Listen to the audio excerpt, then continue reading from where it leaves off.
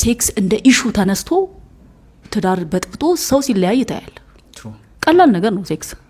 ትናንትና አስታረገው የነበረው ዛሬ ህይወት መንገድ እያያዘ ሲመጣ ላንተ ከባድ የሚሆንበት ምክንያት ምንድነው? በግልጽ ስለ ሴክስ ጉዳይ ማውራት ወይ ደግሞ ሴክስን ወንድ ልጅ እንደ ጠባቂ አድርጎ ማሰብ የሴቶች ድክመት ነው ብዬ ነው ማስበው። እሱ በጣም ብዙ ሰዎች ስለ ሴክስ ስለማወራው ከዛ አንፃር ነው ሴቶች ሰዎች የሚሉት እንደዛ እና ምድረው ስለሱ ዲቴል ማውራት እንደው እንፈልጋለሁ። ስለ ሴክስ ጉዳይ ማለት ነው በግልጽ ማውራት ያስፈልጋል። ትዳር ውስጥ ቦርደር የሚባል ነገር የለም። ትዳር ውስጥ ምንም የለም ቦርደር። መነጋገር ያስፈልጋል።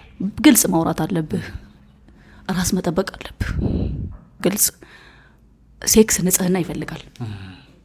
ሰው ንጹህ ሰው አሁን ንጹህ ሰው ሲሆንና የሆነ ጠረን ሲኖርህ አንድ አይደለም። ጠረንህ ጭምር ንጹህ መሆን አለበት ለትዳርህ። ይሄ የሴት ብቻ ጉዳይ አይደለም፣ የወንድም ሚስትህ አንተ ጥሩ ጠረን ከሌለህ መናገር አለባት በግልጽ። ባሏ ነህ በቃ ጥሩ አይደለም ውሃ ነው የሚያስለቅቀው። እያንዳንዱም እዚህ ምድር ላይ የሚመጡ ጠረኖችን የሚያስለቅቀው ምንድነው? ውሃ አይደል? በቃ ሚስትህም እንደዛ ብትሆን ጥሩ ጠረን ባይኖራት በግልጽ መናገር የለብህም። በእኛ ሀገር ካልቸር ግን ከባድ ነው። ለምሳሌ ሌላ ቦታ ሄዶችት ማድረግ ይቀለዋል። ለምሳሌ ንጽህናሽን ጠብቂ ብሎ አንድ ባል ከሚል ሌላ ሴት ጋር ሄዶ ቺት ቢያደርግ ይቀለዋል። ግን ለምን እሷን መስማት የምትፈልግ አይመስለኝም እኮ። መስማት አለባት። እሱ እኮ ነው። አዎ መስማት አለባት። በቃ ጥሩ ጠረን ጥሩ እየሸተትሽኝ አይደለም ምንም እንትን ኃጢአት የለውም።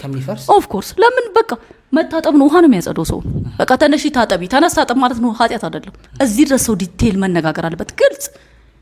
ምክንያቱም መጥፎ ጠረንን መታገስ ሰውን እንድጠላና እንድሰለች ያደርጋል። መጣብኝ ወደ ማለት ትሄዳለህ። ገባ? አዎ